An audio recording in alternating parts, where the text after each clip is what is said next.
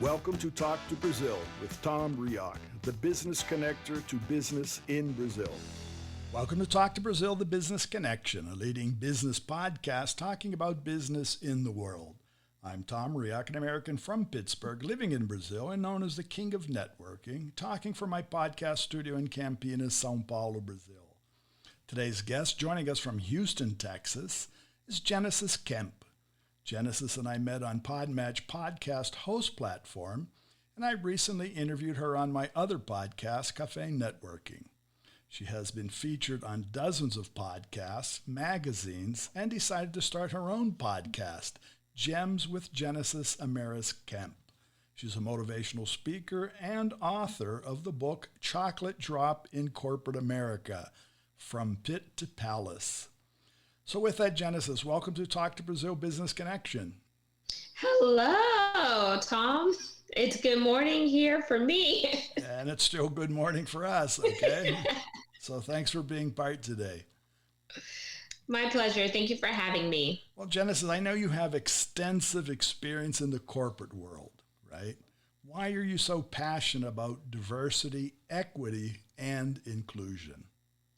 After spending a total of 15 years in corporate America, 12 years in the oil and gas and energy sector, I really became passionate not just about DE&I, which is diversity, equity, and inclusion, but also equality, because being a melanated person, you don't normally see a lot of people that look like you in the oil and gas organizations. And then whenever you begin to climb the corporate ladder, you look at the board of directors and you don't see a lot of women of color or minorities that you could relate to. So that is a problem, because if the organization is talking about diversity, equity, and inclusion, but you're not necessarily seeing it evident inside the organization from the inside looking out, then that's a problem, because I feel like you're only talking about it so much so you could show your shareholders and get profit over people-centric, in my opinion. So then...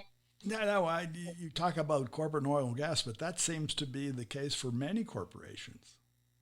Yes, I speak on it from my experience of what I endured, since the most of my stint was oil and gas for 12 years. And overall, and if I look back at my other 3 years spent in an outside industry, I did real estate for a bit, then I did medical. So I was working at a cancer center. There was more inclusion and diversity because anyone is going to tap into real estate. So you see more people that look like you. Mm-hmm. Then whenever you think about the medical industry, it's a worldwide multi-billion industry. So you come in connections with various people. So whenever I was in that field, my doctors that I sat under were Asian. Mm-hmm. And then the other people that I interacted with were foreigners. So I felt like a place that I belonged, because me being first generation American, I have family that came to America, my mother and my father, mm-hmm. and then, the rest of my family. And so whenever you go to an organization where it's predominantly whites or Caucasians, and they want to talk about diversity, equity, and inclusion, but you don't see that you're being treated the same as your colleagues, that is a problem, because I'm like, why are we having these big campaigns? But then whenever it comes to Hispanics, Latinos, Latinas, African Americans, Haitians, or whatever, you see them at the bottom of the totem pole, but you don't see them accelerating their career as fast enough as someone who is non-melanated. Mm-hmm. But yet you're getting all these, paybacks from your stakeholders because you're pushing the narrative that you're diverse, you're equitable, and inclusive. And in my instance, I didn't get a pay increase until I was bold and courageous enough to speak up in the supply chain's vice president's meeting. And 1 week later, I got a $20,000 salary increase, and my CL level, which stands for classification level, went from a 15 to a 22 because I spoke out. And it was after the whole George Floyd incident thing in the US. It was around the time of the Black Lives Matter movement. And he asked me a question: what is your stance with personal racism? And what is your stance with professional racism? And by that point, I already experienced both because I have people in my family who are mixed races. My sister's kids are half white. My brother's kids are half Indian. My other brother kid is truly African American because her mother is from Africa. So I see it from all angles. Right. And I'm not just talking about it from a professional standpoint, but I'm talking about it from a personal as well as professional standpoint, and blending the two together, because you don't know what you don't know. And there's so many microaggressions in corporate America. There's so much unconscious biases and etc. And I've seen it all firsthand. And that's tough to react to. Obviously, I'm not a black person, so we see that, but we don't feel that. What you're showing and telling and saying, you feel that. Yeah. And you feel that. Any minority feels it in a different way. I'm here in Brazil. In Brazil, the same thing. Brazil has more than 50% of Brazilians are Afro-descendant. But if you look at any corporation here, any company, that's not the case. And the same thing, we hear the same excuses. Well, they're not prepared. There's nobody prepared. I'm talking only about blacks here. So, but why don't we prepare them? Why don't we include them? And that's the point of inclusion. So everything is set up, the economic situation is set up so that they're not included. The education is not sufficient, so that nobody's ever ready. So we don't have candidates. And more recently in Brazil, several major companies have started campaigns very openly of just having, for interns, all the interns, they need to be black, period. And I do have a problem. That created a situation. So, well, hey, now, but something really has to be done. So people talk about it, you write about it, you talk about it, right? Yeah. But if something doesn't happen in corporate world, and it's not only corporate America, it's corporate world that we see this happening, changes have to come.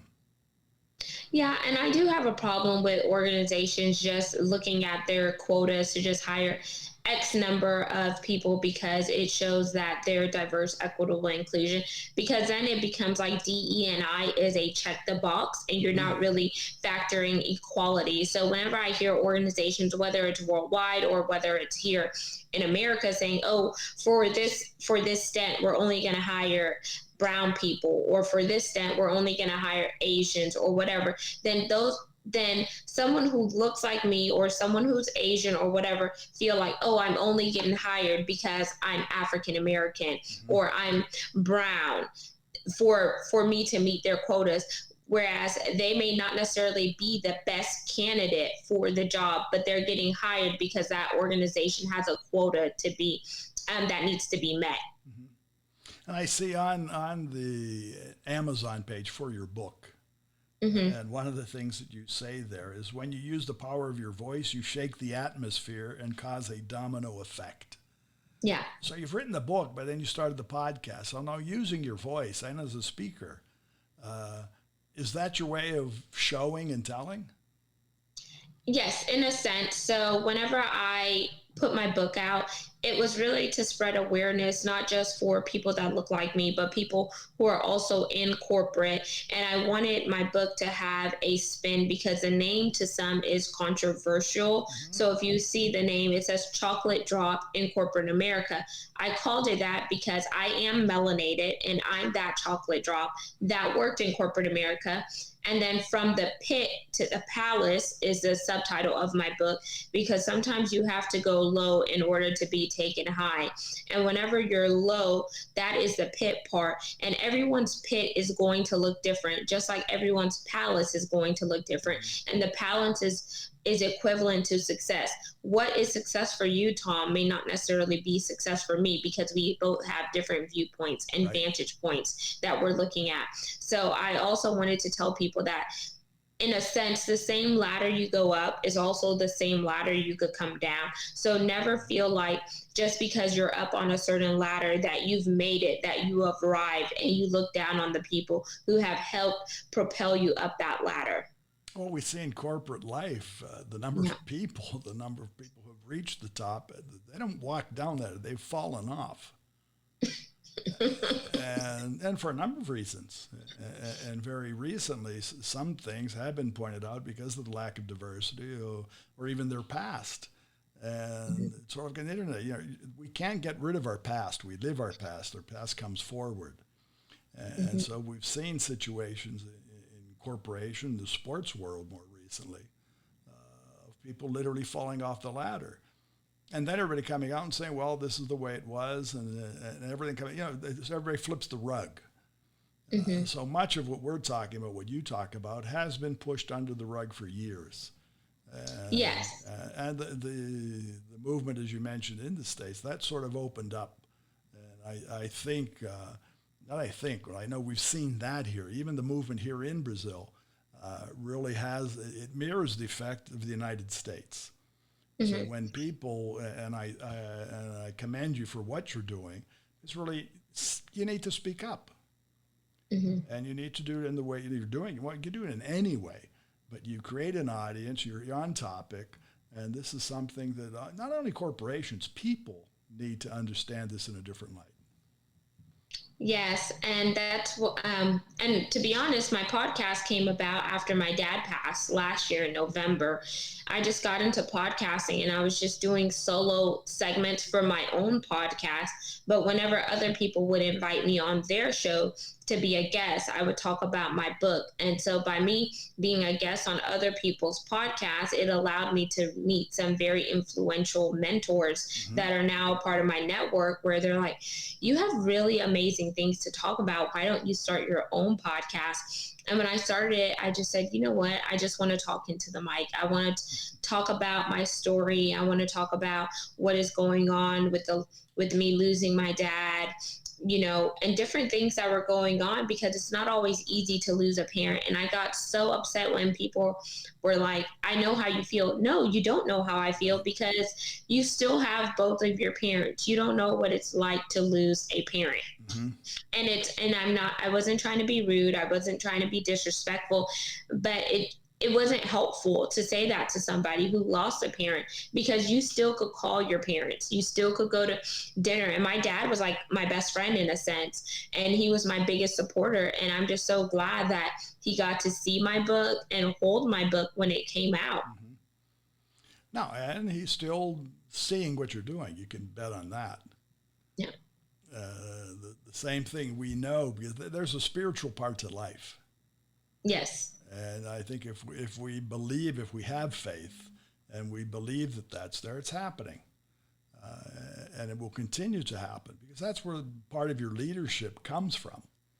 Part of examples. Nobody lives forever, right?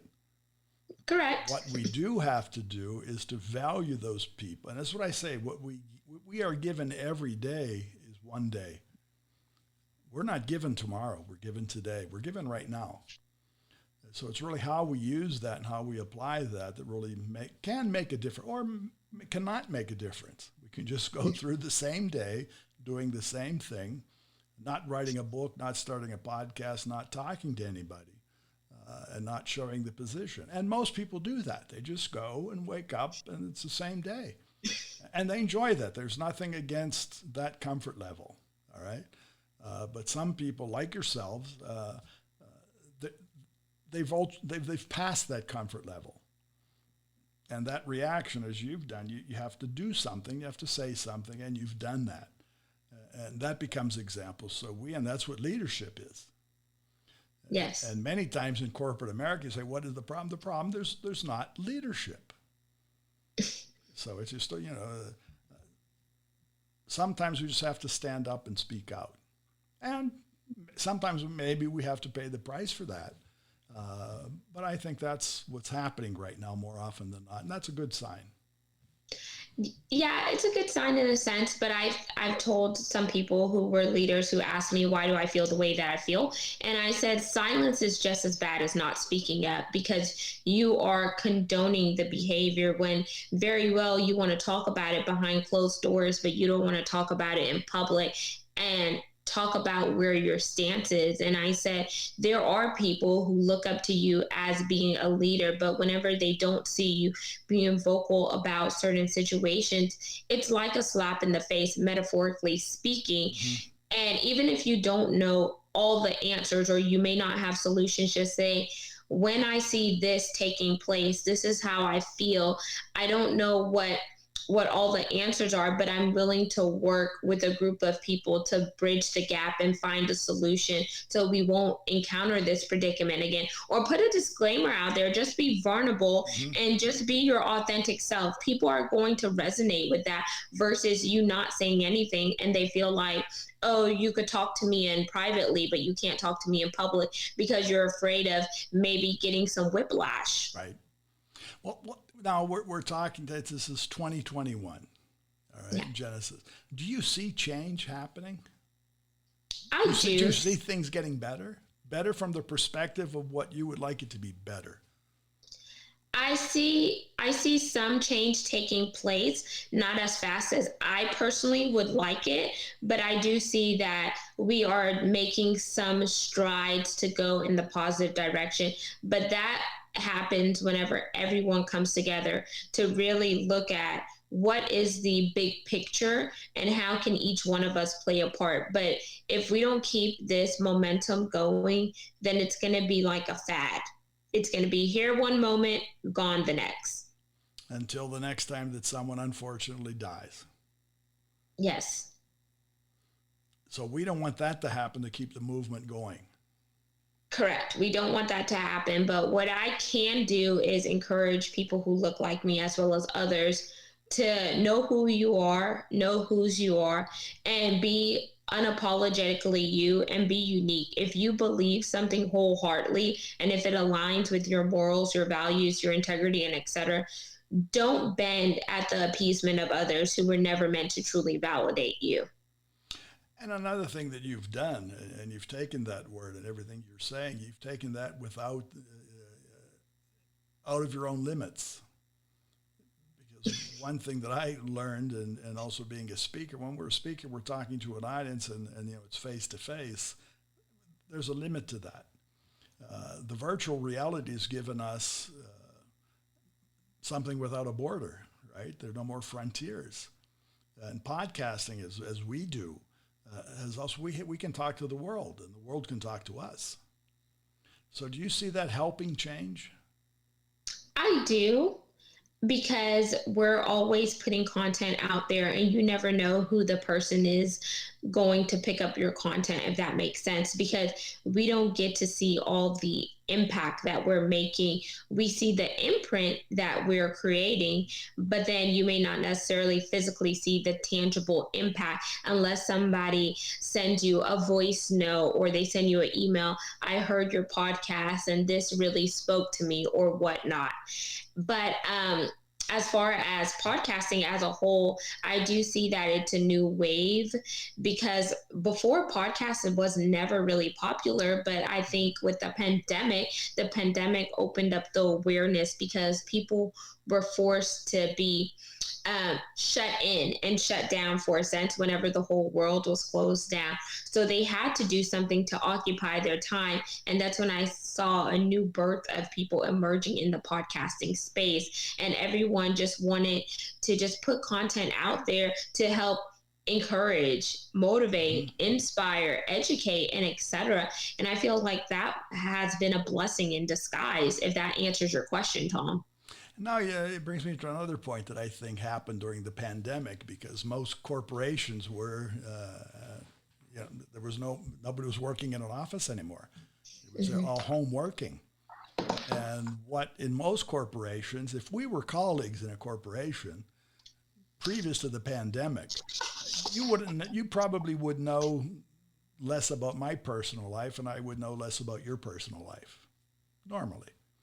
Yes. Bringing our corporation, our work home, and I'm talking about this with the whole world, not only in the state here, that became evident.